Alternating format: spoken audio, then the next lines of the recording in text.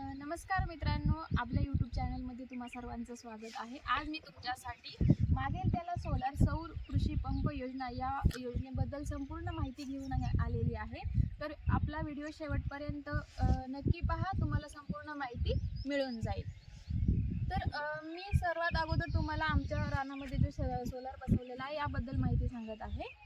तर तुम्ही हा आमचा सोलार पाहत असाल तर या सोलारच्या ज्या प्लेटा आहेत त्या प्रीमियर कंपनीच्या आहेत आणि त्याचा जो कंट्रोलर आणि त्याची जी मोटर आहे ती इकोझन कंपनीची आहे। आम्ही प्रीमियर कंपनीचा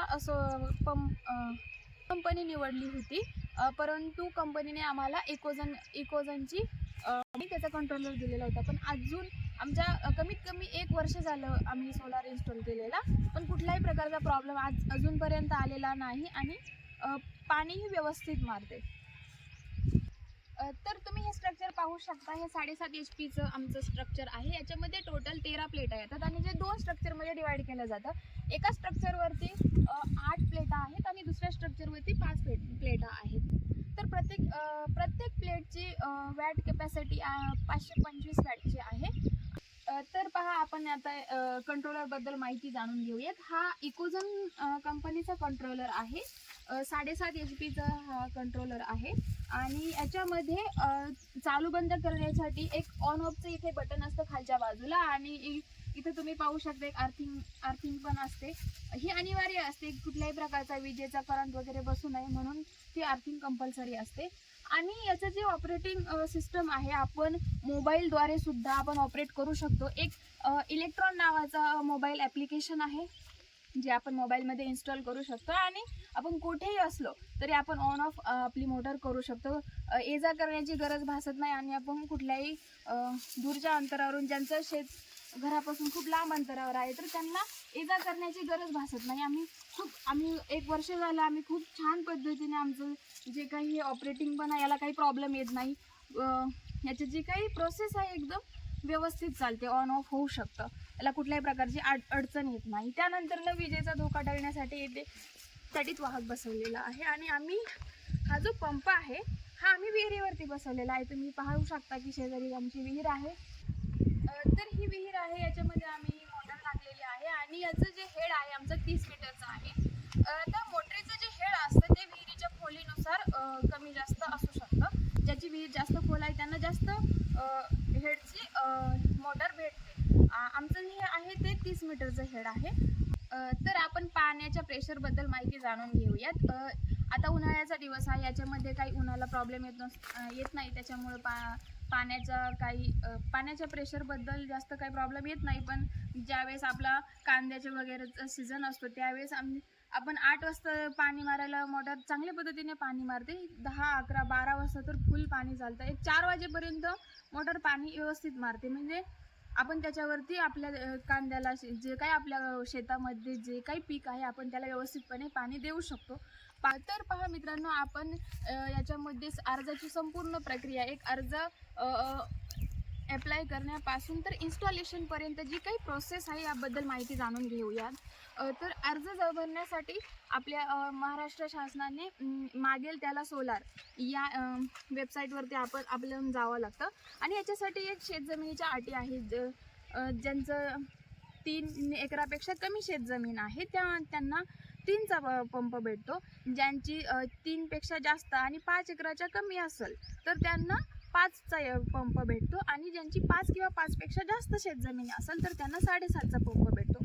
तर शेतीबद्दल अट तर आपण पाहिली की किती एकरासाठी किती पंप असतो, पण एक सर्वात महत्त्वाची गोष्ट म्हणजे ज्यांचं काही क्षेत्र सामायिक आहे तर त्याच्यामध्ये जर समजा 4 शेतकरी बांधवांची नावं असतील तर त्याच्यामध्ये एकाच्या नावावर एकाला पंप हवा असेल तर त्याला बाकीच्या 3 माणसांची संमतीपत्र बंधनकारक असतं। याच्यामध्ये आपला जो काही भूजल स्रोत आहे, विहीर किंवा बोर, याची जी नोंद आहे ती 7/12 असणे बंधनकारक आहे। ज्या गट नंबरमध्ये आपल्याला सोलार हवा आहे त्या गट नंबरमध्ये आपले याचं विहीर किंवा बोरची नोंद असणे आवश्यक आहे। आणि काही तालुक्यांमध्ये असं आहे की ई-पीक पाहणी जे ॲप्लिकेशन आहे त्याच्याद्वारे जी नोंद केलेली आहे ती ग्राह्य धरली जाते। काही तालुक्यांमध्ये ती ग्राह्य धरली जात नाही, ती आपल्याला तलाठी साहेबांकडून आपल्याला ती नोंद लावून घ्यावी लागते।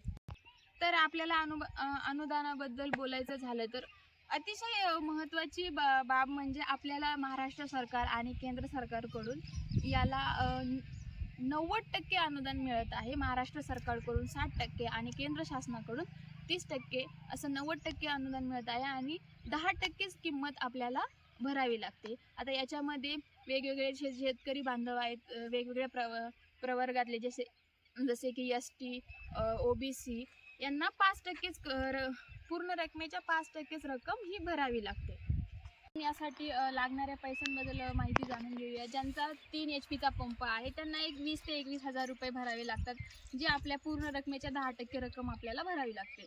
त्यानंतर जे काही 5 HP पंप असेल तर त्यांना 30 ते 31 हजार रुपये भरावे लागतात आणि ज्यांचा 7.5चा पंप असेल त्यांना 40 ते 41 हजाराच्या दरम्यान रक्कम ही भरावी लागते. आम्ही ज्यावेळेस भरला होता त्यावेळेस आम्ही 43 हजार भरले होते, परंतु आता काय झालेलं आहे, GST कमी झाल्यामुळं रक्कमही आपल्याला शेतकऱ्यांना कमी भरावी लागते. त्याचा एक फायदा हा शेतकऱ्यांना नक्कीच झालेला आहे. तर आपण अर्जाची संपूर्ण प्रोसेस जाणून घेऊयात. याच्यासाठी आपल्याला जी लागणारी आवश्यक कागदपत्रे जी आहेत, ज्या शेतजमिनीवर आपल्याला सोलार बसवायचा आहे त्याचा 7/12, त्यानंतरनं आपल्याला एक राष्ट्रीयकृत बँकेचं जे बँक खातं, त्यानंतर एक पासपोर्ट साईज फोटो, त्यानंतरनं आधार कार्ड असे जर ज्यांचं सामायिक क्षेत्र असेल तर त्यांना ते संमतीपत्र बंधनकारक आहे. तर पूर्ण माहिती आपण जाणून घेऊयात. अर्जामध्ये आपण मागेल त्याला सोलार या शासकीय वेबसाईटवरती जाऊन आपण अर्ज करू शकता. अर्ज केल्यानंतर एक साधारणतः जर आपले पूर्ण डॉक्युमेंट्स क्लिअर असतील तर आपण 8 ते 10 किंवा 1 ते 2 आठवड्यामध्ये आपला अर्ज हा मंजूर होतो. एकदा अर्ज आपला अप्रूव्ह झाला की त्यानंतर आपल्याला कंपनी सिलेक्ट करायचा ऑप्शन येतो. आता कंपनी सिलेक्ट करताना अतिशय महत्त्वाची आपण एक खबरदारी घ्यावी की जी काही आपल्या जिल्ह्यामध्ये जे मटेरियल लवकरात लवकर उपलब्ध होतं, त्या वेंडरकडनं आपण असणारी जी काही कंपनी आहे त्यामध्ये पण खूप साऱ्या कंपनी असतात जी आपल्याला रिव्ह्यू भेटलेले आहेत की हा या कंपनीचा, जसं आमचं प्रीमियरचं आहे आणि एक अतिशय छान सोलार आमचा आहे, त्याचं फीडबॅकही व्यवस्थित आहे. तसं आपण त्या कंपनी तुम्हाला जी पाहिजे ती कंपनी तुम्ही निवडू शकता. कंपनी सिलेक्ट केल्याच्या नंतरनं एक वायरमॅनचा सर्वे असतो. आपल्याला आपल्या ज्या काही एरियामध्ये जे काही शासकीय जे वायरमॅन आहेत ते आपल्याला स्वतःहून कॉल करतात, कारण त्यांच्या लिस्टमध्ये तुमचा जे काय आहे अर्ज गेलेला असतो ते तुम्हाला कॉल करतात. त्यानंतरनं जिथे तुम्हाला सोलार बसवायचा आहे त्या गट क्रमांकामध्ये आपली जी काही विहीर असेल किंवा बोरवेल असेल, आपण तिथं येऊन ते फोटो वगैरे घेतात. ज्यांच्या नावे ते अर्ज आहे त्यांचा फोटो वगैरे घेतात आणि वायरमॅनचा सर्वे कंप्लीट होतो.